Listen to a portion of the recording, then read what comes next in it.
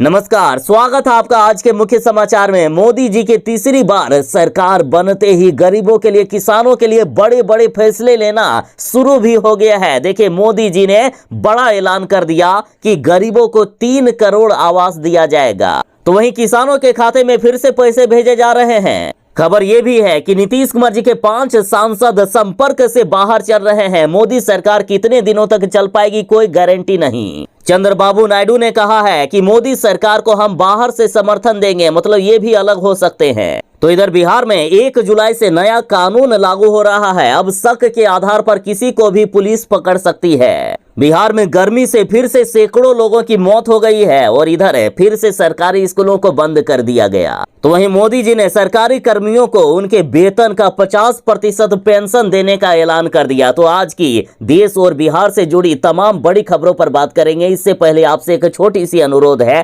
कृपया वीडियो को एक प्यारा सा लाइक अवश्य कर दीजिएगा। आपका लाइक करना ही हमारी मेहनत का फल होता है। प्रधानमंत्री नरेंद्र मोदी जी जैसे ही तीसरी बार फिर से प्रधानमंत्री बने, देश के मोदी जी ने बड़े बड़े फैसले लेना शुरू कर दिया है।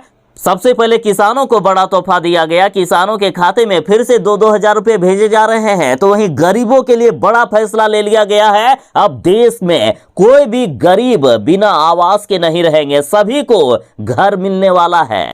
पीएम आवास योजना के तहत देश में 3 करोड़ नए घर बनाए जाएंगे। मोदी कैबिनेट का ये पहला फैसला है। ये मीडिया वाले भी ना 3 करोड़ बना रहे हैं और लिखते हैं 3 लाख। वाह! देखिए, मोदी सरकार ने अपने तीसरे कार्यकाल में पहली कैबिनेट की बैठक में प्रधानमंत्री आवास योजना के तहत 3 करोड़ नए घर बनाने का फैसला लिया है। मतलब मोदी जी ने जो जो चुनाव में वादे किए थे उन सभी को पूरा किया जा रहा है। प्रधानमंत्री आवास योजना के तहत बनने वाले 3 करोड़ नए घरों में एलपीजी कनेक्शन के साथ साथ बिजली और पानी का भी कनेक्शन दिया जाएगा। नई सरकार बनते ही प्रधानमंत्री नरेंद्र मोदी जी ने किसानों को बड़ा तोहफा दे दिया है। पीएम किसान सम्मान निधि योजना की 17वीं किस्त की राशि जारी की जा रही है। प्रधानमंत्री जी ने 17वीं किस्त की राशि वाली फाइल पर हस्ताक्षर कर दिया है। अब लोगों के खाते में 2-2 हजार रुपए मिलेंगे। तो आखिर कब मिलेगा आपके अकाउंट में पैसा? खबर है कि 1 से 2 दिनों के अंदर सभी लोगों के खाते में पीएम किसान सम्मान निधि योजना की पैसे आ जाएंगे। हाँ, जिन्होंने ई-केवाईसी कंप्लीट नहीं किया है उनके खाते में पैसे रोक दिए जाएंगे। जब वे कंप्लीट करेंगे उस समय एक बार में ही जोड़कर सारे पैसे दे दिए जा सकते हैं। और साथ ही मोदी सरकार पीएम किसान सम्मान निधि योजना की जो राशि 2 हजार रुपया है उसे भी बढ़ाने पर विचार कर रही है। तीसरी बार मोदी सरकार बनते ही सरकारी कर्मचारियों को बड़ा तोहफा मिल गया है। इनके पेंशन देने की योजना बन रही है। देखिए, वर्ष 2004 से राष्ट्रीय पेंशन प्रणाली यानी एनपीएस में रजिस्टर्ड सरकारी कर्मचारियों के पेंशन लाभ में बड़ी बढ़ोतरी की योजना बना रही है सरकार। और इसके तहत अंतिम बेसिक सैलरी का 50% पेंशन के रूप में मिलेगा। यानी जिस समय सरकारी कर्मचारी रिटायर्ड होंगे उस समय उनकी जो सैलरी होगी उसके आधे पैसे पेंशन के रूप में मिलता रहेगा। और इसका लाभ 8.7 मिलियन सरकारी कर्मचारियों को होगा और जिसमें केंद्रीय और राज्य सरकार के कर्मचारी भी शामिल होंगे। जैसे ही तीसरी बार फिर से मोदी सरकार बनी है तब से मोदी सरकार लगातार देश की जनता के लिए बड़े बड़े फैसले ले रहे हैं और उम्मीद जताई जा रही है कि पीएम मोदी रोजगार और महंगाई को लेकर भी जल्द ही बड़ी घोषणा कर सकते हैं। बिहार में 1 जुलाई से ये नया आपराधिक कानून लागू हो जाएगा। 25,000 पुलिस कर्मियों को इसके लिए प्रशिक्षण दिया जा रहा है। इस कानून के तहत पुलिस विभाग को पूरी तरीके से डिजिटल करने का प्रयास किया गया है। पुलिस को आईफोन और लैपटॉप भी दिया जाएगा। पूरा सिस्टम ऑनलाइन किया जा रहा है। अब ऑनलाइन स्टेशन डायरी भी लिखने की प्रक्रिया की गई है। साथ ही कोर्ट से वारंट और कुर्की जब्ती वारंट भी अब ऑनलाइन ही प्राप्त कर सकेंगे। बता दें कि नया कानून आने से अब अनुसंधानकर्ता यानी पुलिस वाले ऑनलाइन केस डायरी भी लिख सकेंगे। साथ ही ऑनलाइन एफआईआर को कोर्ट में ऑनलाइन ही प्रस्तुत किया जा सकेगा। उसके साथ ही सोशल मीडिया पर अफवाह फैलाने वालों पर भी पुलिस मुख्यालय जल्द से जल्द कार्रवाई करेगी। बिहार में 1 जुलाई से नया आपराधिक कानून लागू हो रहा है। तो आखिर इस कानून में क्या क्या होगा जान लीजिए। अब सरकार शक के आधार पर जिसे चाहेगी उसे जेल में डाल सकेगी।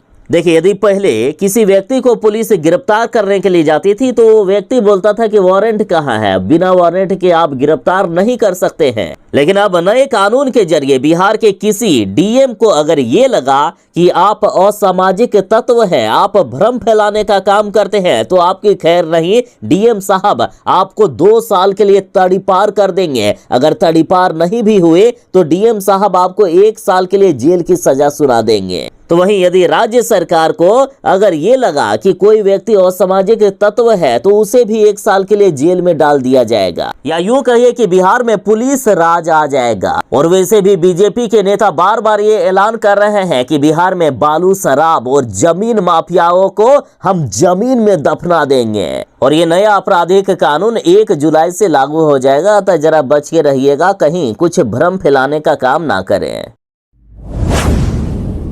अब ये लीजिए, भले ही मोदी की सरकार बन तो गई है, लेकिन ये सरकार कितने दिनों तक चलेगी इसकी कोई गारंटी नहीं है। इसी बीच बड़ी खबर आ गई। देखिए, कांग्रेस ने इस न्यूज को शेयर किया है कि नीतीश कुमार के 5 सांसद संपर्क से बाहर चल रहे हैं।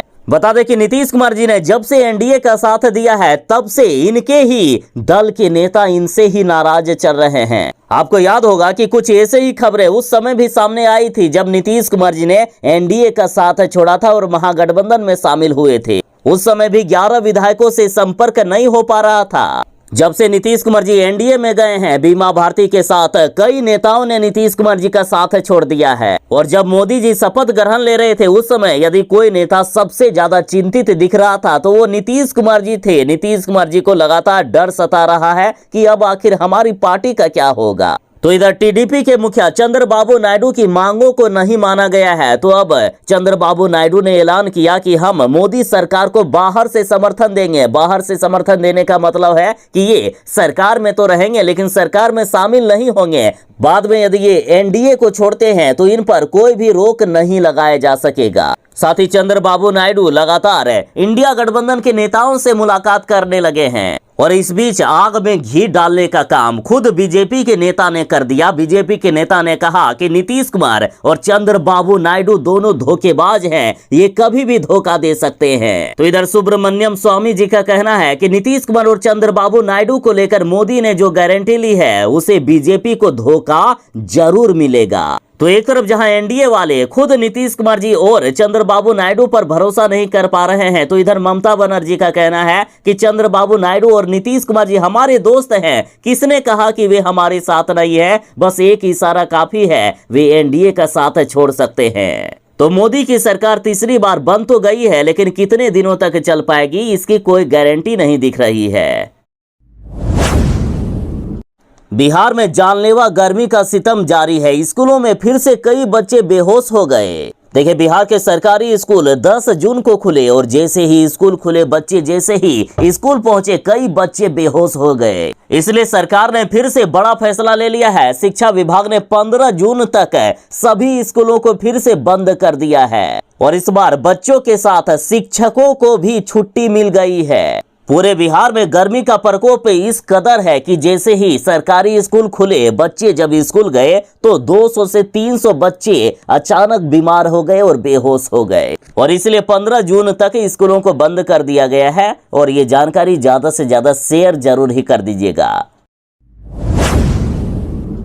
पूरे बिहार में जानलेवा और भयानक गर्मी का प्रकोप जारी है। कई लोगों की जान चली गई है और लगातार लोग बीमार होते जा रहे हैं। लोग बिहार में चींटियों की तरह मरने लगे हैं। इतनी भयानक गर्मी बिहार में आज तक नहीं पड़ी थी। पिछले 50 सालों का रिकॉर्ड टूट गया है और मौसम विभाग ने इसी बीच और भी खतरनाक ऐलान कर दिया और कहा कि अभी 4 दिन तक हीट वेव का आपको सामना करना पड़ेगा। मौसम विभाग ने कहा है कि 16 जून से मौसम में सामान्य होने का अनुमान है, फिर भी सामान्य पूरी तरीके से नहीं होगा। गर्मी बिहार में जारी रहेगी और अभी का जो समय है उसमें बिहार के ज्यादातर जिले एक्सट्रीम हीट वेव की चपेट में रहेंगे। मौसम विभाग ने कहा है कि यदि अपनी जान बचानी है तो लोग दोपहर 12 बजे से लेकर 3 बजे के बीच धूप में निकलने से बचें। बता दें कि बिहार में इस भयानक जानलेवा गर्मी के कारण 94 लोगों की मौत हो चुकी है, तो वहीं कई लोग अस्पताल में एडमिट हैं। इसलिए बिहार में इस भयानक गर्मी को हल्के में ना लें, वरना महंगा पड़ सकता है। लोग जरूरी गाइडलाइन का पालन करें और अपनी जान बचाएं, क्योंकि जान ले रही है ये गर्मी। बिहार के 8 मंत्रियों के बीच मंत्रालय का बंटवारा हो गया है। चलिए बताता हूं कि किसको कौन सा विभाग मिला है। देखिए, बिहार के 4 केंद्रीय मंत्रियों और 4 केंद्रीय राज्य मंत्री को मंत्रालय दिया गया है। केंद्रीय मंत्री चिराग पासवान को खाद्य प्रसंस्करण मंत्रालय, बेगूसराय सांसद गिरिराज सिंह को टेक्सटाइल मंत्रालय मिला है। तो वहीं मुंगेर के जदयू सांसद ललन सिंह को पंचायती राज मत्स्य पशुपालन मंत्रालय मिला। जीताराम मांझी को लघु एवं सूक्ष्म उद्योग मंत्रालय मिला। रामनाथ ठाकुर को कृषि एवं किसान कल्याण राज्य मंत्री मिला है। साथ ही बता दें कि नित्यानंद राय गृह राज्य मंत्री बने हैं। सतीश चंद्र दुबे कोयला एवं खनन राज्य मंत्री बने। वहीं राजभूषण चौधरी को जल शक्ति राज्य मंत्री बनाए गए हैं। और सुनिए, नितिन गडकरी को सड़क परिवहन मंत्रालय फिर से मिला है। नितिन गडकरी को 2 राज्य मंत्री भी मिले हैं। अजय टामटा और हर्ष मल्होत्रा सड़क परिवहन राज्य मंत्री बनाए गए हैं। धर्मेंद्र प्रधान शिक्षा मंत्री बने हैं। वहीं अमित शाह को फिर से गृह मंत्रालय मिला। राजनाथ सिंह को रक्षा मंत्रालय, एस जयशंकर को विदेश मंत्रालय फिर से दिया गया है। तो वहीं शिवराज सिंह को कृषि एवं ग्रामीण विकास मंत्रालय मिला। निर्मला सीतारमण वित्त मंत्री बनी है। इस तरह से हर एक मंत्री के बीच मंत्रालय का बंटवारा हो गया है।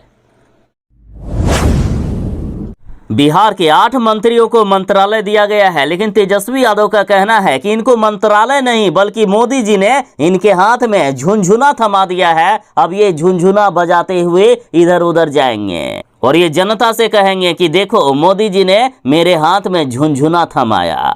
देखिए, बिहार के 4 केंद्रीय मंत्रियों और 4 केंद्रीय राज्य मंत्री को मंत्रालय दिया गया है, लेकिन तेजस्वी यादव का कहना है कि इन सभी को झुनझुना थमा दिया गया है। साथ ही तेजस्वी यादव ने कहा कि इस बार माहौल कुछ अलग है। इस बार जितनी भी जांच एजेंसियां हैं उनको निष्पक्ष रहना पड़ेगा, नहीं तो पार्लियामेंट में ईंट से ईंट बजेगा। तेजस्वी यादव ने आगे कहा कि इस बार का विपक्ष बहुत मजबूत है, इस बार निर्णायक भूमिका में है। साथ ही तेजस्वी यादव बोले कि बिहार को विशेष राज्य का दर्जा दिलाने की मांग नीतीश कुमार जी को करना चाहिए। शायद तेजस्वी यादव को यह पता नहीं है कि नीतीश कुमार जी ने तो पहले ही मांग रख दिए हैं। या तो तेजस्वी यादव जो बिहार को विशेष राज्य का दर्जा नीतीश कुमार जी दिला रहे हैं वो क्रेडिट लेने की कोशिश कर रहे हैं, या तेजस्वी यादव पता नहीं किस दुनिया में रहते हैं कि उनको अभी तक नहीं पता चला है कि नीतीश कुमार जी ने पहले ही मांग रख दिए हैं बिहार को विशेष राज्य का दर्जा दिलाने को लेकर।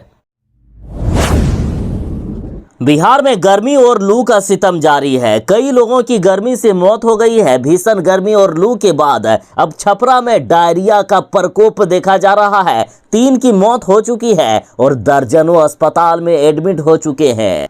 देखिए, पूरे बिहार में भीषण गर्मी पड़ रही है। तो वहीं यदि छपरा की बात करें तो छपरा में लगातार लोग बीमार हो रहे हैं। अब लोगों को डायरिया और कॉलर जैसी बीमारियां हो रही है और बाकी बिहार के जिलों में भी गर्मी से कई तरह की बीमारियां होने लगी है। मौसम विभाग ने अभी 3 से 4 दिनों तक हीट वेव का अलर्ट जारी किया है। अतः बिहार वाले जरा सावधान रहें, बच के रहें। लालू प्रसाद यादव जी आज 77 साल के हो गए हैं। आज 11 जुलाई मंगलवार को लालू प्रसाद यादव का जन्मदिन है। सबसे पहले तो लालू प्रसाद यादव को जन्मदिन की ढेरों सारी बधाइयां।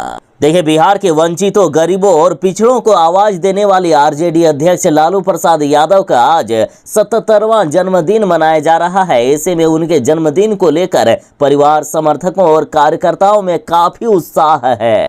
राजद कार्यालय के बाहर बड़ा सा एक पोस्टर भी लगा दिया गया है। पोस्टर के जरिए एक तरफ जहां लालू यादव को बधाई दी गई है तो वहीं इनके लंबे उम्र की कामना की गई है। बता दें कि आज 11 जुलाई को सुबह 8:30 बजे से ही लालू यादव के आवास पर जन्मदिन से जुड़े कार्यक्रम की शुरुआत की गई है। सभी कार्यकर्ताओं को भी बुलाया गया है। लालू प्रसाद यादव केक काटेंगे। इस दौरान भारी संख्या में कार्यकर्ता वहां मौजूद रहेंगे।